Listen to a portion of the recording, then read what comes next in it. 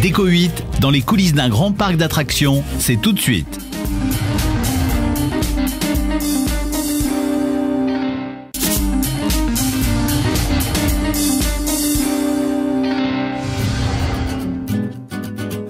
Bonjour à tous, aujourd'hui Déco 8 vous propose une émission spéciale.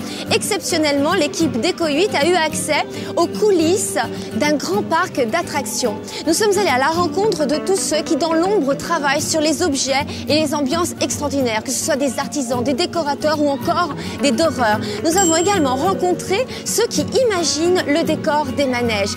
Alors vous êtes prêts? Car aujourd'hui c'est une émission exceptionnelle dans des décors exceptionnels parce que vous êtes exceptionnels.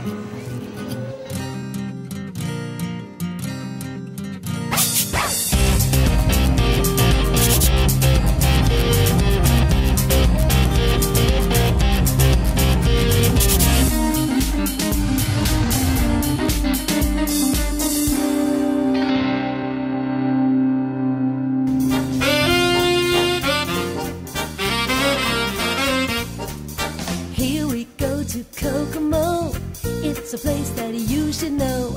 All the streets are paved in gold. We're down here in Kokomo. Bonjour messieurs, bonjour Laurent, bonjour David. Bonjour. Bonjour. Vous avez tous les deux travaillé sur cette tour. Expliquez-nous le rôle de chacun.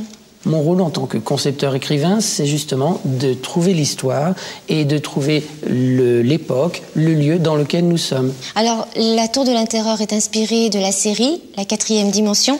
Alors, tout d'abord, on va expliquer un peu dans quelle époque nous sommes, où sommes-nous ici. Donc, on est très précisément le 31 octobre 1939 à 20h05. L'idée, c'est qu'en fait, on a trouvé le script d'un épisode jamais tourné de la 4e dimension et on invite nos visiteurs, les plus courageux ou les plus inconscients, à venir prendre part à cet épisode. 5 personnes montent dans l'ascenseur pour monter au 13e étage, mais l'ascenseur est frappé par un éclair et l'ascenseur et ses occupants disparaissent. Voilà. Donc, qu'est-ce qui se passe? Tout le monde pris de panique s'enfuit. Et ce n'est que bien des années plus tard que des gens osent revenir et ils vont eux-mêmes découvrir ce qui s'est passé. Alors vous, David, vous êtes inspiré donc de cette époque, 1939, et vous avez recréé ce décor. Alors où avez-vous trouvé tous ces objets qu'on peut découvrir cette tour? Donc, la plupart des objets ont été chinés en Europe en fait. Une grosse partie de ces objets ont été trouvés à Paris et ses alentours. Une partie assez aussi conséquente qui concerne uniquement la chaufferie de l'hôtel ont été chinés en Angleterre et aux États-Unis. Pour quelle raison Il a fallu que nous trouvions tous les manomètres en système impérial, les manomètres, tous les systèmes de mesure, l'outillage, etc. Américain et anglais, essentiellement. Alors, le moindre détail a été travaillé en termes de déco. C'est très impressionnant. Justement, alors, comment on crée cette ambiance de peur par la déco? Moi, j'essaie de travailler avec beaucoup de statues, beaucoup de masques, beaucoup de visages. J'essaie de trouver aussi beaucoup d'animaux un peu terrifiants. Et on a toujours l'impression de se sentir regardé, épié. Observé, oui. Et alors, il y a beaucoup de toiles d'araignée, il y a beaucoup de poussière dans cet hôtel. Comment ça se crée, ça? Comment on le fabrique? On a une équipe qui est assez extraordinaire, une équipe de peintres déco qui travaille très très bien et qui ont plein de procédés pour empoussiérer, poser des toiles d'araignée un peu partout. Et ça donne vraiment l'illusion que l'hôtel a été abandonné pendant quelques années. Alors il y a aussi l'hôtel a bougé puisqu'il y a eu un orage. Donc vous avez aussi recréé les fissures, tout ce côté un peu instable. Tout à fait. On a aussi des gens très spécialisés qui travaillent tous les enduits de façade qu'on peut voir un peu partout et avec une très forte documentation qu'ils ont pu faire en amont. On s'en est très loin dans le détail et on a vraiment l'illusion que l'hôtel a subi des dommages très très importants. Et vous avez fait aussi un gros travail concernant la bibliothèque. Combien de livres? C'est énorme. Il y a 4000 livres qu'on a chinés. Et ils sont tous reliés cuir, avec des tailles différentes, des couleurs pour avoir des contrastes un peu différents. Et ils sont tous, la particularité de ces livres, ce sont tous des livres suédois. Et pour quelle raison suédois? Tout simplement, on voulait être le plus neutre possible. C'est difficile pour la majorité de nos visiteurs de pouvoir lire les titres. Le suédois, voilà. Alors cette angoisse, on la trouve aussi par les objets qui se sont arrêtés. Enfin, tout s'est arrêté. On a le détail de la tasse de thé à l'entrée qui est assez surprenant. Ça, c'est un détail que vous avez, vous, donné, expliqué, vous avez travaillé ensemble. Effectivement, on s'est dit, qu'est-ce qui se passait ce soir-là?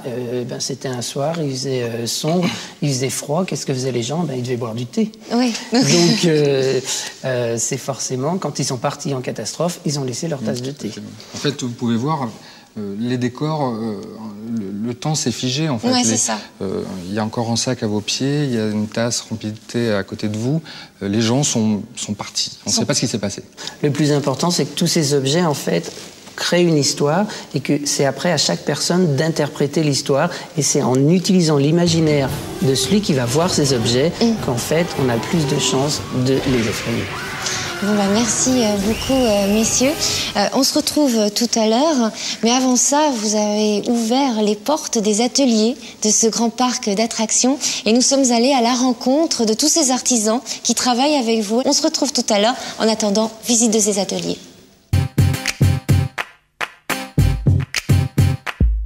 Vous êtes manager des ateliers de décoration. Oui. Alors nous sommes où, là, actuellement? Donc là, on est dans les ateliers de maintenance, décoration des parcs. Et ce sont des ateliers où on entretient tout le patrimoine décoratif qu'on trouve au fur et à mesure de notre visite dans les restaurants, dans les attractions, dans le parc, à l'extérieur, etc. Alors, il y a combien de corps de métier ici? On a des tapissiers, on a des accessoiristes, on a des peintres déco, des peintres en lettres, des couturières, des peintres finisseurs. On a des gens qui savent faire des vitraux, du cordage.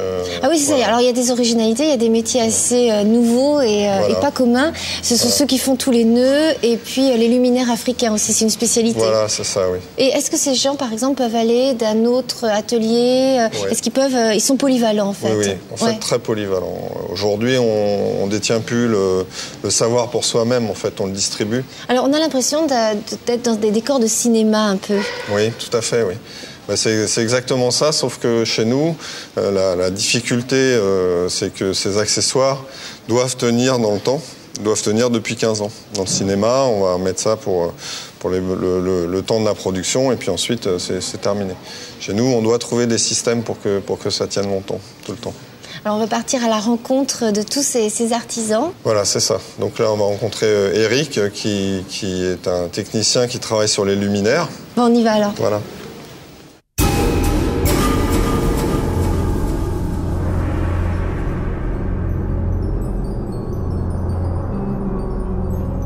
Bonjour Eric. Bonjour Caroline. Alors, qu'est-ce que vous faites de beau? Eh moi en fait, je vais m'occuper de faire une patine en fait pour faire de la fausse rouille. L'idéal au départ, c'est quand on a une lampe qui est toute neuve, qui brille comme ça un petit peu, c'est on va la poncer totalement, on va entièrement la dépolir. Donc ça va permettre en fait à la peinture de pouvoir accrocher dessus. Donc la première étape, donc ça va être donc de peindre. Alors là, vous tamponnez, vous. Je tamponne exprès. Ouais. C'est ce qu'on appelle un petit peu poché, parce que le fait de tamponner avec le pinceau, ça permet en fait d'avoir des petites aspérités sur la peinture qui vont permettre, quand on va justement passer les différentes couleurs, avoir cet aspect rouille. Donc si on veut même amplifier le mouvement, on peut se permettre de mettre un petit peu de sable ou voire un petit peu de sueur dessus, coller dessus, comme ça donne vraiment un aspect croûte sur la peinture. Donc on va peindre comme ça en tamponnant tout le tour en fait de la lampe. Donc une fois qu'on a passé cette couleur, on laisse sécher, je suppose. Donc une fois que vous allez avoir peint en fait votre lampe entièrement, on va arriver donc à avoir une lampe qui va être entièrement peinte en marron comme ça. Donc en fait, on a donc comme couleur la sienne brûlée, ocre rouge, et la dernière c'est ocre rouge vif. Voilà, donc c'est trois couleurs qui vont tout à fait. C'est l'eau qui fait rouiller, et donc nous on va se servir justement de l'eau pour travailler la peinture. Il ne faut pas que le support soit trop mouillé non plus. Je vais prendre un chiffon. Ouais. Pas venir directement avec la peinture parce que, vous voyez, tac, on va arriver, on fait une tache. Ah oui, puis avec l'eau, ça va se diffuser en fait, naturellement. Si on veut changer, prendre l'éponge pour donner cet aspect un petit peu granuleux. on peut travailler avec un peu des... C'est peut-être plus facile avec l'éponge, non? Il faut faire attention parce que ça peut donner parfois des taches comme ça qui se posent. Ah, vous en avez mis sur le verre. C'est exprès. Ah, d'accord. Parce que quand on va remettre de l'eau, ça va couler dessus. La peinture va diffuser en fait les couleurs. Ok. Donc l'eau vient casser en fait un peu le rythme qu'on a donné dessus. Et en séchant en fait, comme ça fait quelques microns d'épaisseur, vous allez voir, on va avoir juste des transparences. Et ça, c'est quelque chose qu'on peut faire nous-mêmes chez nous sans aucun problème. Tout à fait. On l'a vu, c'est assez rapide. Alors, vous utilisez aussi beaucoup dans votre atelier la résine. Oui. Alors, là, par exemple, on a ici différents pots. Alors, lequel est en résine et lequel est en poterie Alors là, ce que vous touchez donc là, à votre main droite, donc ça c'est de la résine. Ça c'est de la résine et ça c'est... Et ça c'est de la poterie. Malheureusement, la poterie, ça se répare pas. Ouais. C'est excessivement compliqué à réparer. Donc nous, on a pallié en fait à la chose en travaillant la résine. Donc on a fait un moulage, nous avons fait un moulage de cette lampe. Et simplement par le même biais en fait, de la peinture, de l'acrylique, on a retrouvé la teinte terre en fait, qui nous donne cet aspect avec l'émaillage qui est à l'intérieur. Donc c'est pareil, juste par le biais de peinture acrylique, on arrive à avoir ce genre de choses. Bah, merci Eric. Moi je vais aller au vitraux. Oui. Je vais vous accompagner parce que... Vous êtes aussi au vitraux? Voilà, on est polyvalent et je vais vous montrer ce qu'on peut faire en vitrail. Bon, on va aller découvrir votre travail justement aux vitraux qui sont juste à côté.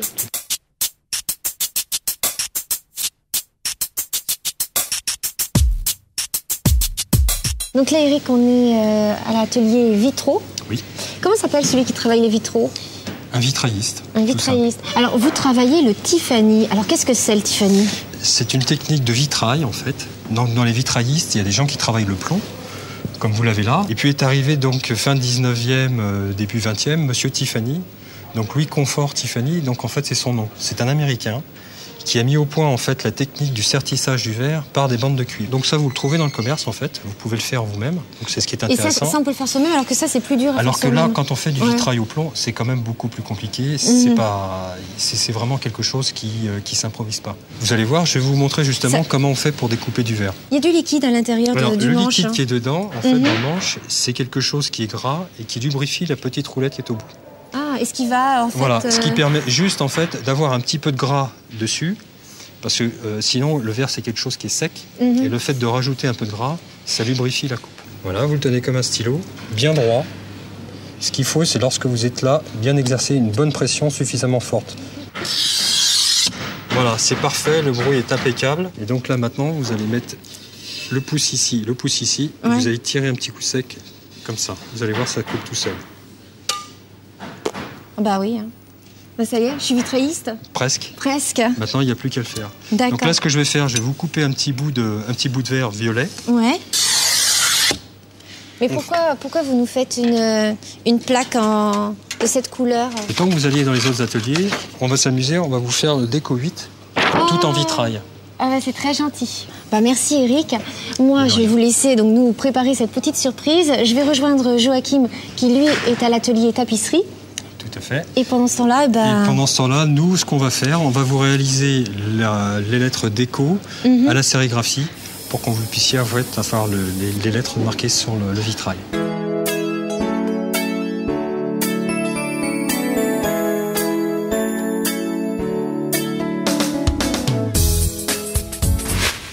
Bonjour Joachim. Bonjour. Donc vous êtes responsable de l'atelier pour restaurer les chaises. Voilà, c'est exactement. Donc là, on a les différentes étapes. Alors expliquez-nous un peu comment ça se passe. Sur des chaises médaillons, capitonnées, Louis XVI chaises, Louis XVI ça.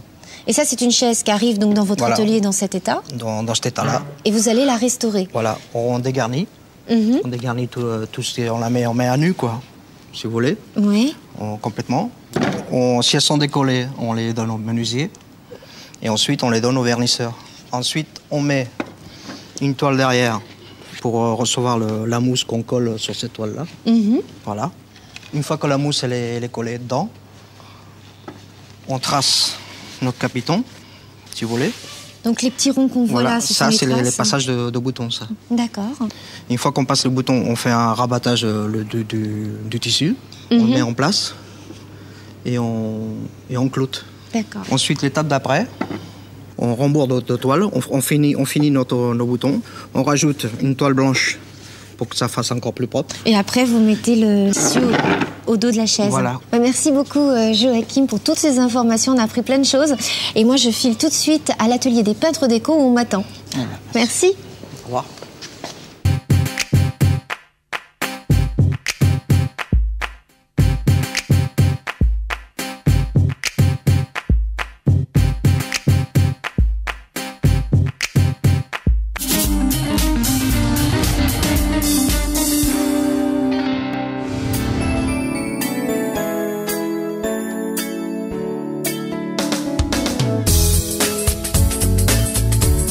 Bonjour Céline. Bonjour Caroline. Alors, vous vous occupez de la dorure. Expliquez-nous un peu en quoi cela consiste. Eh ben, je passe de la miction sur une laine préparée donc en peinture. Alors, qu'est-ce que de la miction? C'est une colle pour que la feuille d'or tienne. Voilà. Donc il y a un temps d'attente. Là, en l'occurrence, c'est 3 heures. 3 heures. Voilà. Donc je la passe avec un rondin. Donc je tourne pour pas faire de manque de miction et je lisse. Donc là, maintenant, qu'est-ce qu'on va faire? On va mettre la feuille d'or. Voilà. Alors, ça se présente comment, la feuille d'or? C'est sous forme de carnet. Ça coûte combien un carnet comme ça? Une vingtaine d'euros. Une vingtaine d'euros, et ça se trouve dans le commerce? Oui, dans les magasins de Beaux-Arts. Ouais. Alors, on l'applique avec quoi, cette feuille d'or? Alors, il y a l'appuyeux et le rondin lustreur. Pour la finition, je pose ma feuille d'or sur mon coussin. Oui, c'est très délicat, il faut faire très attention. Donc je la coupe de la dimension de la surface adorée. Donc là, je vais la couper en 2. Je sors mon peigne en poil de martre. Donc ça, c'est un peigne particulier. Hein. Oui. Ah oui, ça va me servir à attraper la feuille. Je vais me mettre un petit peu de graisse ici. Et c'est quoi cette graisse? C'est du suif. Je passe le peigne. J'attrape ma feuille. Ah oui, elle s'attache tout de suite. Voilà. Et là, je viens la déposer. Voilà. Comme si. Et là, avec l'appuyeux, je fais contact. Voilà. Donc là, on appuie, on lustre tout l'ensemble à la fin.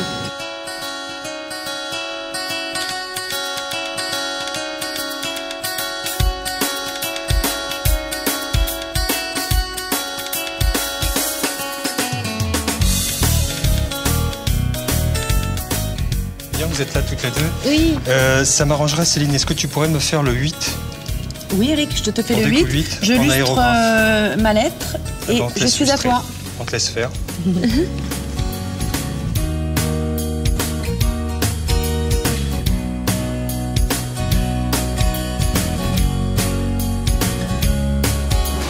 Bonjour Claude. Bonjour Caroline. Alors vous êtes le spécialiste du faux marbre. Expliquez-nous comment on fait ça. On prend ici par exemple une colonne. Ouais. Donc au départ, on le base avec une couleur ici en l'occurrence noire parce qu'on va faire un vert de mer. Et par-dessus, on va rajouter des glacis qui sont une composition avec l'huile d'essence, enfin, alors justement, et des couleurs. C'est quoi cette composition-là que vous avez? C'est de l'huile de l'essence, c'est un produit pour faire sécher. Donc ça, c'est ce que vous allez utiliser pour mélanger... Voilà, pour diluer ma peinture. D'accord. De façon de faire un glacis, de manière que ça ne couvre pas, parce que c'est ce qui fait le marbre, c'est qu'on voit le fond par transparence et ce sont que des jus par le fait. D'accord. Et alors là, vous avez des drôles de pinceaux, Claude. Oui, bah c'est un pinceau spécifique au marbre. C'est-à-dire que là, on a un sheeter qui sert à faire toutes ces petites masses que vous voyez ici, là. Donc il y a ce pinceau, il y a aussi cette éponge. Voilà, c'est un peu pratiquement le même effet. C'est-à-dire qu'on s'en sert pour pocher, pour faire des effets. On va estomper avec ça, pour qu'on voit le coup de pinceau, pour pas qu'on voit... pour retirer les excès par le fait. Et on a celui-ci, oui, qui est un brécheur. Un brécheur, c'est-à-dire... Un pinceau pour faire des brèches. Là, par exemple, ça, c'est vous l'avez fait avec le brécheur. Voilà. D'accord. Là, vous avez utilisé combien de couleurs différentes pour ce modèle? Au départ, j'ai fait une base noire. J'ai un vert moyen, c'est foncé. Un bleu, pour donner quelques effets légèrement bleutés par endroits, de façon d'éviter l'uniformité, bien sûr. Un peu de jaune pour faire quelques effets sur les veines blanches. Pour que ça soit non plus uniforme. Et alors, pour finir, est-ce que vous repassez un vernis dessus, quelque chose? Voilà, complètement. Un vernis? Une fois elle est finie, on donne une couche de peinture vernis glycéro, parce qu'on a travaillé avec de la peinture à l'huile. Un vernis glycéro, assez épais. Et une fois qu'on l'a verni, on le laisse bien sécher. On le polit, on le ponce avec un abrasif à l'eau. Et on finit généralement avec un vernis cristal. C'est un vernis très très très brillant. Bah, bravo Claude. Moi je vous laisse, qu'il faut que j'aille retrouver tout de suite Céline qui a fait les lettres de Déco 8. Donc je vous laisse continuer.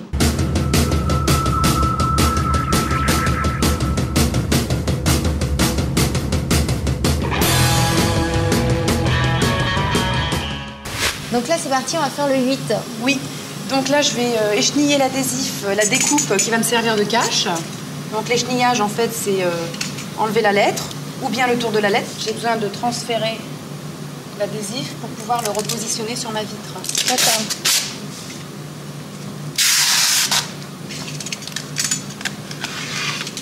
Voilà, donc là, je le racle. Ça sert à quoi ça? C'est pour bien fixer le transfert sur... C'est pour bien le positionner. Oui, ça c'est une raclette pour fixer. Voilà. Donc, je prends l'ensemble et nous allons le poser. J'appuie avec ma raclette. Ensuite, je retire le transfert. Voilà, il te reste en fait l'espace pour passer la teinture. Donc là, vous avez protégé... On a protégé le reste de la vitre. Donc, il ne reste plus que le texte à peindre à l'aérographe. Comme c'est un adhésif repositionnable, il colle suffisamment pour servir de masque, mais il se retire facilement. Voilà. Ah ouais. Et on a un résultat parfait. Donc là, il n'y a plus qu'à mettre les autres lettres.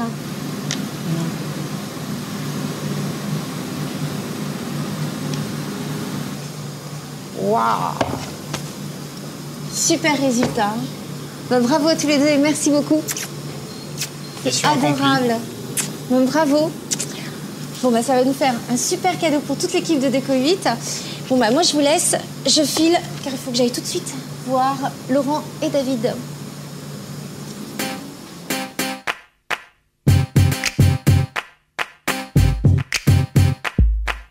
Oui, c'était très intéressant cette visite des ateliers. Ils vont maintenant continuer l'entretien de cette tour? Tout à fait. Donc les ateliers, maintenant, ce que vous avez vu, participent tout à fait à l'histoire. Donc il y a eu la construction et eux, aujourd'hui, pérennisent. Il y a des milliers de visiteurs qui passent, qui touchent. Donc ils sont là pour entretenir ce fabuleux patrimoine. Ben, merci beaucoup à vous deux.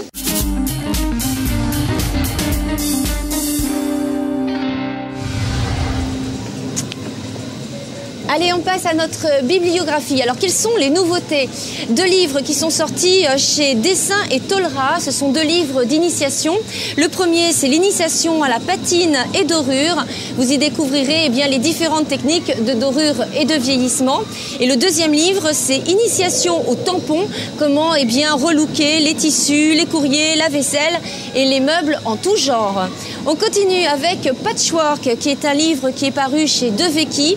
C'est un kaléidoscope de tissus pour imaginer toutes sortes de compositions originales. Et on termine avec un dernier livre, c'est Déco à l'école. C'est de Kelly Open. Kelly Open, qui est un très très grand designer connu dans le monde entier. Elle nous donne les règles d'or de décoration contemporaine. Voilà, c'était nos conseils lecture. Il y a des bruits ici. J'ai peur.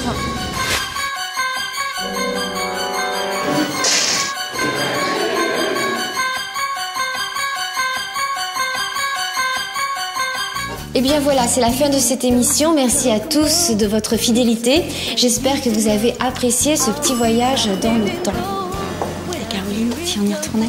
Ah oui, avec plaisir. Allez, ciao.